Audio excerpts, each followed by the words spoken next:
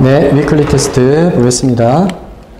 자, 투자론에서는 보통 한 6문제가 기본으로 나오고 계산 문제 한 3문제 정도 나온다고 보시면 되겠고 34회 문제를 다시 한번 풀어보면 부동산 투자에 관한 설명으로 틀린 것은 이제 항상 이자율, 수익률, 그 다음에 위험 여기에서 각각 한 문제씩은 무조건 나와요. 지문형으로. 시중 금리 상승은 부동산 투자 요구 수익률을 하락시키는 요인이다. 어떻게 되나요? 남들 다 오르면 내 요구 수익률도 높여야죠. 당연히 리스크가 커졌으니까, 위험이 커졌으니까, 예, 당연히 상승시키는 요인이 된다. 그리고 요구 수익률 자체가 정의가 어떻게 구해진다고요? 위험 조정 할인율이라고 해서 무위험 이자율에다가 더하기 위험 할증률, 리스크 프리미엄, 위험 할증률 더하기 예상 물가 상승률. 그러다 보니까 다 시중의 수익률이 커진다는 얘기는 이게 다 증가한다는 얘기니까, 그죠? 이게 이 전체가 증가한다. 그럼 우리도 다 올려야죠. 기대 수익률은 투자로 인해 기대되는 예상 수익과 예상 지출로부터 계산되는 수익률이다. 맞죠? 기대 수익률은 내가 결정하는 거 아니죠. 시장에서 결정되는 거죠. 정의 레버리지 효과는 자기 자본 수익률이 총 자기 자본 수익률보다 높을 때 발생한다. 맞죠? 정의 레버리지 효과가 이루어지면 결과적으로는 어떻게 된다? 자기 자본 수익률이 가장 높고 그 다음에 총 자본 수익률이 그 다음이고 맨 마지막에 차입 이자율이 나와야죠. 네, 순서가. 그 다음 4번 요구 수익률은 투자에 대한 위험이 주어졌을 때 투자가가 대상 부동산에 자금을 투자하기 위해 충족되어야 할 최소한의 수익률이다. 이 정도 이상은 최소한 받아야지 내가 투자하겠다. 그런 뜻 맞죠? 요구 수익률. 네, 주관적으로.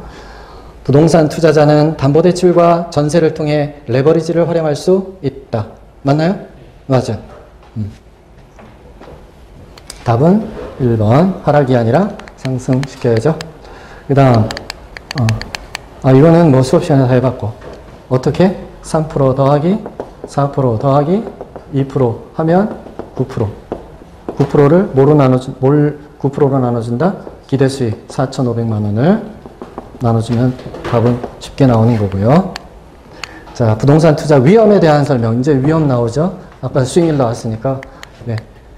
표준 편차가 작을수록 표준 편차 자체 혹은 제곱을 우리는 다 위험이라고 했어요. 분산, 표준 편차.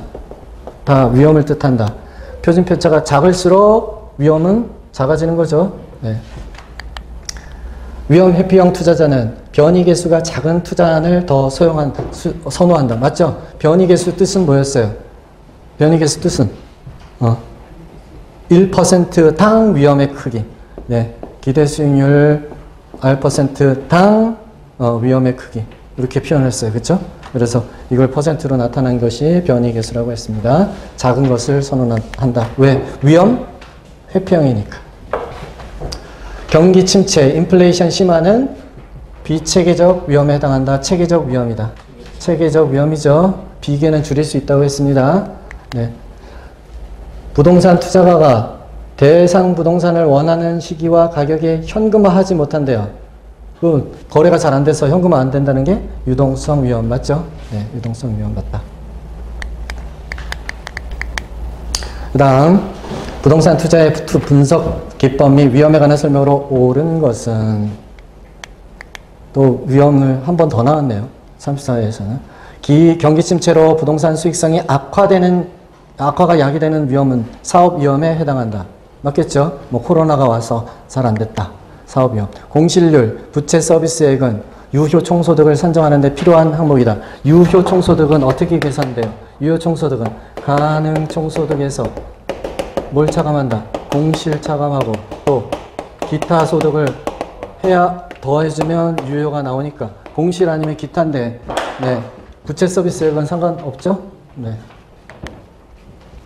위험, 회피형 투자가의 최적 포트폴리오는 투자자의 무차별 곡선과 효율적 프론트의 접점에서 선택된다. 맞네요. 예. 포트폴리오를 통해 제거 가능한 거는 체계적, 비체계적. 또 나왔어. 예. 체계적 위험은 그 어떠한 방법으로도 줄일 수 없죠. 부동산의 개별성에 기인한다. 체계적 위험은 개별성에 기인하는 거 맞나요? 이 지금 비체계적 위험 얘기하고 있죠? 비체계적 위험은 그 자산에만 미치는 고유한 위험, 그걸 개별성 때문에 나오는 거고. 민감도 분석을 통해 투입 요소의 변화가 그 투자 안의 결과, 내부 수익률에 어떻게 영향을 미치느냐, 위험에 어떻게 미치느냐, 그런 거 다 민감도 분석이라고 얘기한다고 했습니다. 네. 부동산 투자 분석에 관한 설명으로 틀린 것은 내부 수익률은 수익성 지수를 몇으로? 1로, 수년제 가치를 0으로 만드는 할인 기준. 예, 이런 식으로 바꿔놓은 거는 아주 많이 나왔어요. 과거에. 지난 10년 동안. 너무 단순하지만 중요한 개념이죠. 1이냐 0이냐. 회계적 이익률법은 회계적 이익률법은 시간가치 고려한 것이다 안 한 것이다. 고려하지 않은 것이죠. 시간적 가치를 고려하지 않는다. 맞네요. 그렇죠? 그래서 내부 수익률법에서는 내부 수익률과 요구 수익률 비교해서 내부 수익률이 요구 수익률보다 커야지만 투자하는 거죠. 네. 그 다음 수년제 가치법, 내부 수익률법은 전부 다 할인연금 수지 분석법에 해당한다. 여기다 플러스 수익성 지수법까지. 5번, LTV는 5번. LTV는 부동산 가치에 대한 융자액의 비율. 맞네요? 네. 자, 계산 문제네요, 이제. 계산 문제가 주로 나오겠죠. 갑은 시장가치 5억 원의 부동산을 인수하고자 한다. 해당 부동산의 부채 감당률은, 부채 감당률 DCR은 어떻게 된다고요? 여름이라고 생각한다. 손부채가 아니라 순부채라고 했어. 순영업수익 계산해서 넣고, 부채 서비스액을 여기다가 넣으면 되겠죠. 순영업 소득을 분자해. 그러면 순영업소득은 어떻게 계산해? 가공기, 유영순 해가지고 해야 되겠죠? 그 다음에 부채 서비스액은 어떻게 계산한다? 부채 서비스액은 융자액 곱하기 저당 상수다. 융자액 얼마? 시장가치의 50%라고 했으니까 여기 5억 원에 50%인 2억 5천만 원 곱하기 저당 상수는 0.12 해가지고 부채 서비스액을 계산해서 분모에다가 넣어야죠. 네. 종합문제. 그럼 순영업소득은 어떻게 계산한다고요? 네. 순영업소득 해볼까요? 가능총소득 얼마? 여기 가능총소득은 5천. 여기서 영업 공실 있나요? 네. 가능총소득이 10%래. 공실은 10%라고 그랬으니까 예, 기타 소득이 없다면 유효 총소득은 얼마라는 거예요? 여기에 90%, 5구 45, 4,500이라는 거죠. 유효 총소득이 있고, 그 다음에 유효 총소득이 28%래. 여기에 28%니까 72% 하면 그게 순영업소득이 나온다는 얘기죠. 네, 4,500 곱하기 72% 하면 3240이 순영업소득이 나오는 것이다. 분자 구했죠? 3240. 분모 어떻게 됐다? 2.5, 2억 5천에다가 얼마 곱하면 돼? 2.5 곱하기 0.12, 0.3, 3천만, 3천. 그러니까 3천분의 3240이니까 3240 나누기 3천 하면 1.08 나오는 거죠. 예. 그래서 답은 1번 찾을 수 있겠네요. 네.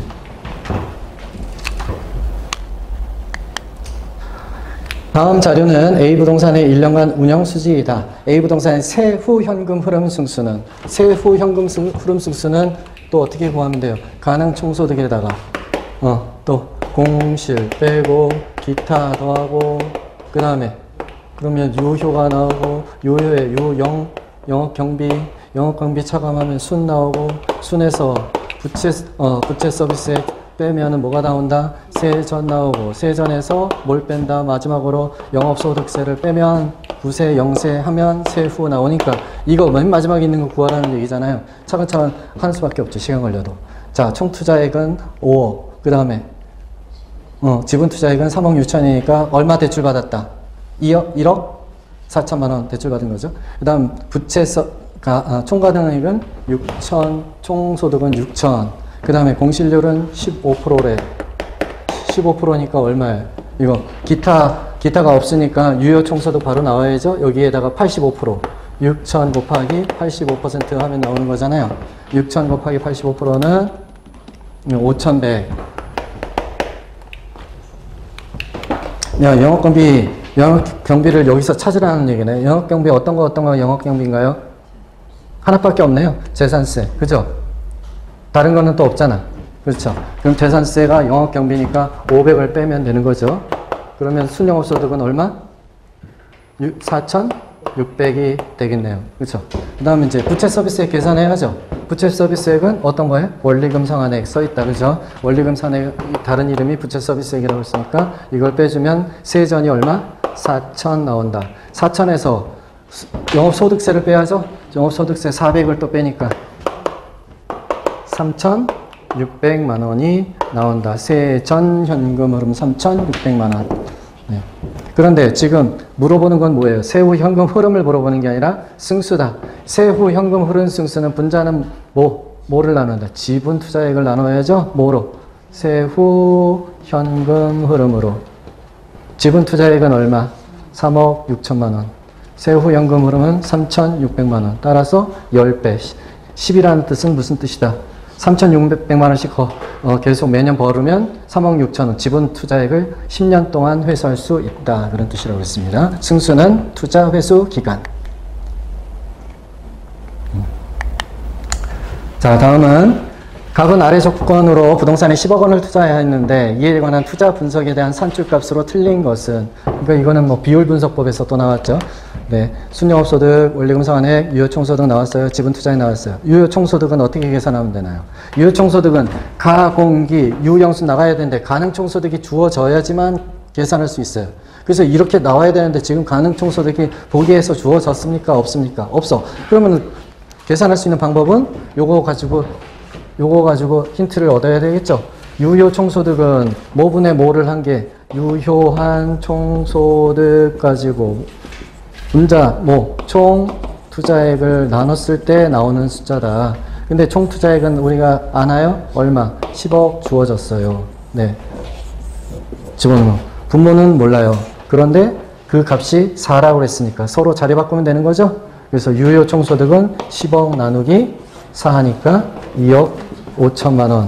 맞네요. 네, 맞죠. 부채 비율은 뭐분의 뭐다? 내 돈분의 은행 돈이죠. 예, 내 돈이 얼마예요? 10억 중에서 지분 투자액 8억 분의 은행 돈 2억. 4분의 1이니까 0.25, 25%. 맞네요. 네. 지분 환원율은 뭐분의 뭐? 지분 환원율은 세전 현금 수지 현금 흐름을 지분 환원율이니까 지분 투자액으로 나눈 거죠. 예, 지분 투자액은 8억 주어졌으니까 분모는 여긴 8억. 세전 현금 흐름을 어떻게 구해요? 가공기 유형 순 하면 되는데 여기 봤더니 순영업소득 2억이 있잖아. 그러니까 순영업소득은 2억. 부채 서비스액 얼마래요? 부채 서비스액 그 밑에 2천만 원. 그러니까 세전은 1.8억, 1억 8천이라는 얘기죠. 그래서 1억 8천을 여기다가 집어넣으면 답이 나오는 거죠. 1.8 나누기 8 하니까 22.5. 그런데 25%가 돼 있으니까 3번 틀렸다. 22.5입니다. 순소득 승수는 뭐분의 뭐? 순소득 승수는 순소득 분의 총투자액, 지분투자액, 총투자액 얼마? 10억을 순영업소득 얼마? 2억으로 나눠지는 거니까 5. 맞네요. 예. 순소득 승수가 5라는 얘기는 종합환원율은 그것 분모분자 서로 바꾼 거죠? 5분의 1이니까 네, 20% 나와야 되겠죠. 당연히. 계산할 필요도 없이.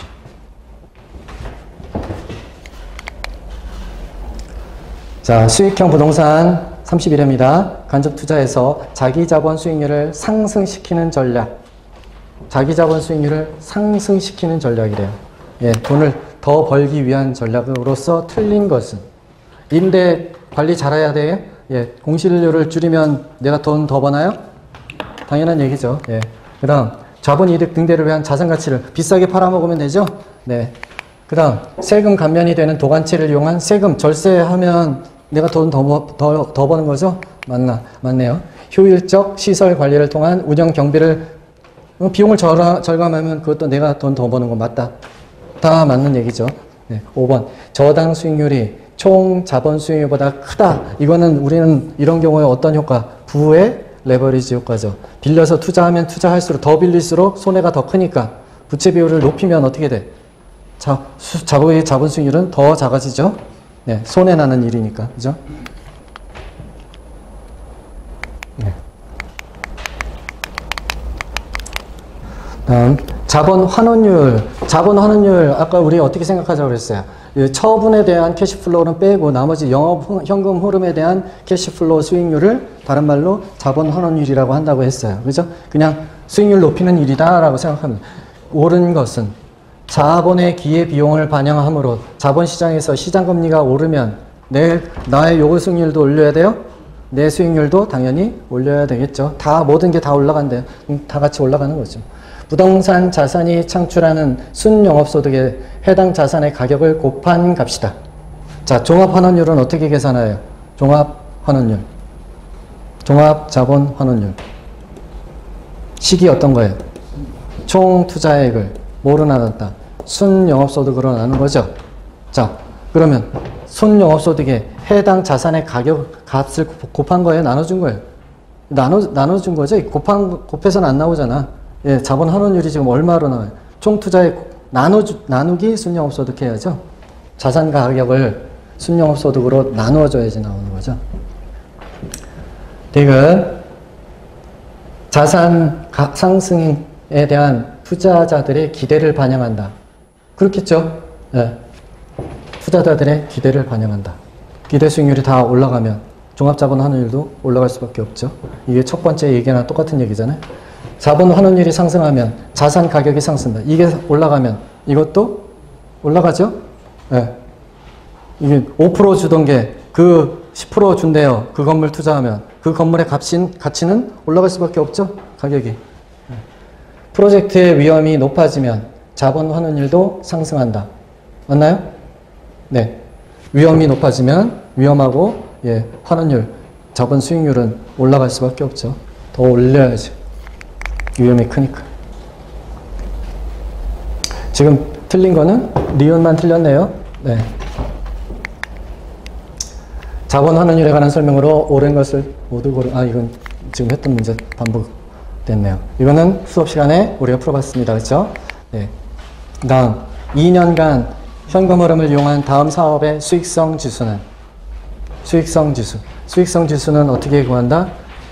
현금, 유입, 현가를 다 구한 다음에 그거를 총합을 내서 뭐로 나눠준다? 현금, 유출, 현가의 총합으로 나눠줘야죠. 따라서 입은 어디에 있다? 위에 있고 나가는 건 어디에 있다? 아래에 있죠. 네, 사람 입은 위에 있습니다. 그렇죠? 그래서 이거 위아래 바꾸면 절대 안 되고. 자, 봤더니 2년 후에 2년간이잖아요. 1년간 처음에는 얼마 들어온대요? 1000. 1년 차에. 2년 차에는 얼마 들어온대? 1200 들어오는 거죠. 나가는 건 영어에 80%라고 그랬으니까 80이니까 800이 나가는 거죠. 1200이 80은 얼마예요? 0.8이니까 960 나가는 거죠. 네. 그럼 여기 각각의 차익 계산할 수 있나요? 차익 계산할 수 있죠. 200. 여기 차익 계산하면 240. 그거를 여기다가 곱하기 0.95. 여기 0.90. 각각 곱해서 합산해주면 그게 NPV 계산되는 건가요? 예, 원학은 이렇게 계산하려면 어떻게 해야 돼? 위에 거 먼저 다 계산하고 PI니까 이렇게 계산해야죠. 순차적으로 계산한다면 예, 1000 나누기 1. 여기다가 1000 곱하기 0.90 더하기 1200 곱하기 0.90 나누기 800 곱하기 0.95 그 다음에 이건 960 곱하기 0.90 이러면 다 나오는 거죠. 네. 이렇게 나와. 이렇게 하든지 아니면 이거 그냥 먼저 차감을 해가지고 한꺼번에 계산하든지 그거는 뭐 1방법, 2방법. 2방법은 지금 잠깐 얘기했던 건 어떤 거였어요? 1000에서 800을 빼. 그래서 0.95를 곱해. 그 다음에 1200에서 960을 빼. 그 다음에 0.90을 해준 거나 다 같이 나올 수밖에 없죠. 우리는 이제 원론은 이런 식으로 배웠으니까 이 방법이 이제 원론적인 방법이고 빠른 방법 쓰시면 돼요. 자, 포트폴리오에 관한 설명으로 틀린 것은 30회. 분산 투자 효과는 포트폴리오를 구성하는 투자 자산의 종목성을 늘리면 늘릴수록 서로 상쇄되는 효과가 커지겠죠. 네, 위험이 감소된다. 맞죠? 네, 포트폴리오 전체의 위험이 감소되는 것이다. 네, 한 종목보단 두 종목, 두 종목보단 세 종목, 세 종목보단 10종목 계속 늘리면 늘릴수록 네. 아, 맞아요. 이거 맞습니다. 체계적 위험이 감소되는 건 아니죠. 네, 전체 위험은 감소되되 그 중에서 비체계적 위험이 감소된다. 맞습니다. 어휴, 큰일 날 뻔했다. 포트폴리오 전략에서 구성 자산 간의 수익률이 반대 방향으로 움직인다는 것은 우리가 상관계수가 마이너스 1쪽으로 간다는 거예요? 플러스 1쪽으로 간다는 거예요? 마이너스 1쪽으로 간다는 얘기죠. 서로 반대되는 쪽으로 가야지 분산 효과는 커진다 했어요. 근데 반대 위험 감소 효과가 커진다. 효율적 프론티어란 평균 분산 지배 원리에 의한 모든 위험 수준에서 최대의 기대 수익률을 얻을 수 있는 포트폴리오의 집합을 말한다. 그렇죠? 가장 우수한 투자안을 다 연결한 선, 효율적 프론티어. 맞네요. 네. 그 다음 효율적 프론티어는 우상향에 대한 의미는 리스크가 커지니까 수익률도 그에 따른 수익률도 더 줘야 되겠죠. 높은 수익률을 얻기 위해서는 반대로 또 위험 감수해야죠. 네. 서로 트레이드오프 상쇄되는 효과가 있고, 저 포트폴리오의 이론은 투자 시 여러 종목에 분산 투자함으로써 위험을 분산시켜 안정된 수익을 얻으려는 자산 투자 이론이다. 맞네요. 분산 투자, 포트폴리오 기대 효과. 여기서 다시 한번 체계적 위험은 그 어떤 방법으로도 줄일 수 없다. 포트폴리오를 마이너스 1 상관계수인 마이너스 1 자산을 가지고 구성을 하더라도 체계적 위험은 줄일 수 없죠. 마이너스 1로 가면 비체계적 위험의 감소 효과는 극대화가 된다. 자, 30회. 이거 우리 수업 시간에 해봤습니다. 지난주에. 그렇죠? 네, 어떻게 계산하면 돼요? 각각 상황, 경제 상황 20% 곱하기 4% 더하기 40% 곱하기 네모 곱하기 네모 퍼센트 더하기 40% 곱하기 10% 한 개 몇 퍼센트다? 8%다 라는 얘기죠. 그럼 이건 얼마예요? 0.8이죠. 0.8. 그죠? 이거는 4%죠? 그럼 이거 8에서 4.8을 빼면 3.2. 3.2 나누기 4니까 그러면 8. 요거 0.8입니다. 그리고 요거 하면은 4%. 그래서 8에서 4.8을 빼주면 3.2%.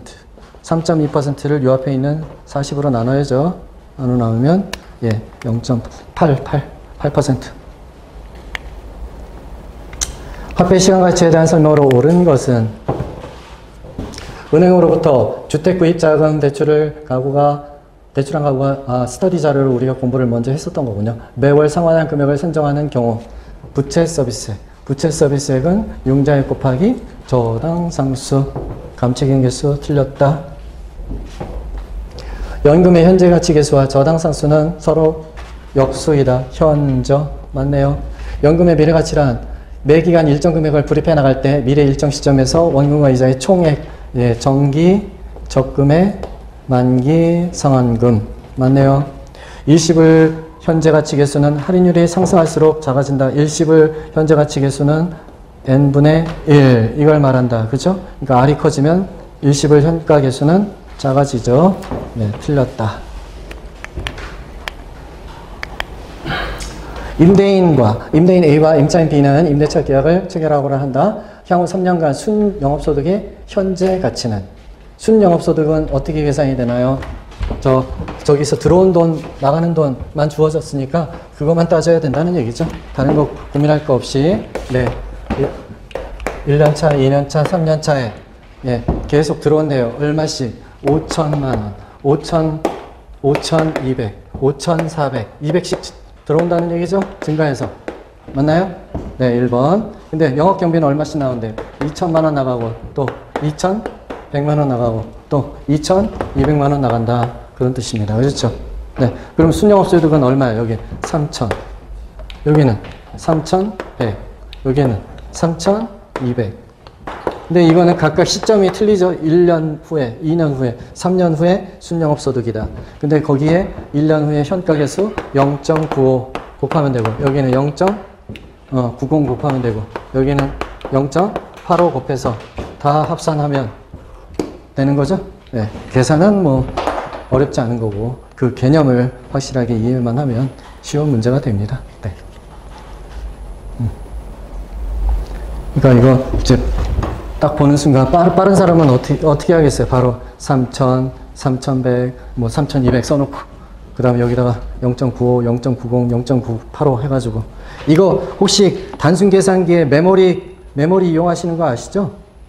네? 메모리 메모리 이용하는 거 저 모르시는 분은 좀 남아주세요. 제가 알려드릴게요. 그리고 이거 한꺼번에 더할 때 빨리 더할 수 있죠. 옆에다가 안 써놓고 해도. 자, 30회 기출 할인 현금 흐름법 여기 디스카운트 캐시플로우 팩터라고 얘기해서 DCF라고 하는데 이건 무시하셔도 됩니다. 할인 들어갔어요. 시간 가치 고려하는 거죠. 틀린 것은 내부 수익률. 이거 할인 현금법은 NPV와 IRR과 PIR 세 가지가 있었잖아요. 그렇죠? IRR은 투자자로부터 발생하는 현재와 미래 현금 흐름의 순현재 가치를 얼마로? 0. 그렇지. 예. 0으로 만드는 할인율이다. 그러니까 가장 기본적이고 그런 걸 1번에다가 뒀으니까 30회 기출문제 이거는 되게 고마운 문제죠. 예. 확실한 거를. PI로 따지면 1, NPV로 따지면 0. 그게 IRR이다. 그때의 할인율은. 순현재 가치는 투자가의 요구 수익률을 할인한 현금 유입의 현가에서 현금 유출의 현가를 뺀 값이다. 뺀 거. 맞죠? 네. 차감한 게 순. 할인 현금 흐름 기법이란 부동산 투자로부터 발생하는 현금 흐름을 일정한 할인율로 할인하는 투자의 의사결정 기법이다. 현재가 추구하는 거니까 할인하는 거고, 수익성 지수는 투자로 인해 발생하는 현금 유입의 현가를 현금 유출의 현가로 곱한다, 나눈다, 뺀다. 나눈다. 그렇죠? 나눈다. 민감도 분석은 모형의 투입 요소가 변화함에 따라 그 결과치가 어떻게 변하느냐 그걸 따져보는 거니까 네, 맞죠. 맞는 얘기죠. 부동산 투자의 현금 흐름 추정에 관한 설명으로 틀린 것은 순 영업소득은 유효한 총소득에서 영업경비 차감한 소득 말한다. 맞죠? 네, 유영순. 영업경비는 부동산 운영과 직접 관련 있는 경비로 광고비 맞네요. 전기세 맞죠? 수선비 맞죠? 네, 영업경비. 세전 여기에 속하지 않는 거는 뭐라고요? 공부감소. 그 다음 세전 현금 흐름은 지분 투자액에 귀속되는 세전 소득을 말하는 것으로 순영업소득에서 부채 서비스액을 가산한 거예요. 차감한 소득이다. 이렇게 나와야 되겠죠. 네. 세전 지분 복귀액은 자산의 순매각 대금에서 미상환 저당 잔액을 차감하여 지분 투자의 몫으로 되돌아오는 금액을 말한다. 지분 복귀액. 부동산 투자에 대한 대가는 보유 시 대상 부동산의 운용으로부터 나오는 소득이익과 영업이익, 그 다음에 서분 시 나오는 자본이득을 합한 형태로 나타난다. 그죠? 네.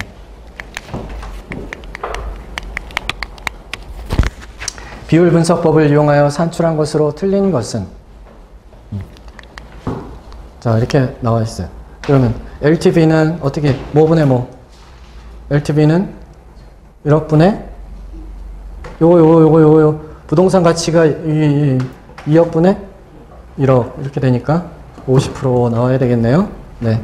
그 다음 부채 감당률은 순부채 했으니까 순영업소득은 얼마? 여기 계산해야죠. 가공기 유영순 해가지고 계산하고 부채 서비스액은 여기 500만 원 계산해야 되는 거죠. 네. 총부채 상환율은 어떻게? 총부채 상환율은 우리 저거 총부채 상환율은 사실 금융론에 가서 좀 나오는 지표이기도 한데 총부채 상환율은 연소득 분의 부채 서비스액을 말하는 거죠. DTI. 연소득은 얼마예요? 1250. 1250분의 부채 서비스액 500에서 나오는 거고, 그 다음에 채무 불이행은 영부유했습니다. 네, 영업경비 예, 여기 계산되고요. 가능청소득이 50%니까, 예, 가능청소득 5%니까 1,000만 원이잖아요. 1,000만 원에다가 부채 서비스액은 500만 원. 그럼 분자가 1,500만 원. 1,500만 원을 뭐로 나눈다? 유효 총소득으로 나눠주면 되겠죠? 네, 유효 총소득으로 나눠주면 된다. 그 다음에, 네, 채무불이익 나왔고, 영업경비 비율은 유효 총소득분의 영업경비죠. 네. 네, 하나씩 해보면 되고요. 자, 그러면 이제 오늘 공부하실 거는 아주 힘든 여정을 거쳐서 가장 어려운 거 많이 하셨습니다. 집에 가서 꼭 한번 복습을 꼭 해주셔야 그래야지 내 거가 되겠습니다. 예, 수고하셨고요. 다음 주에 뵙겠습니다.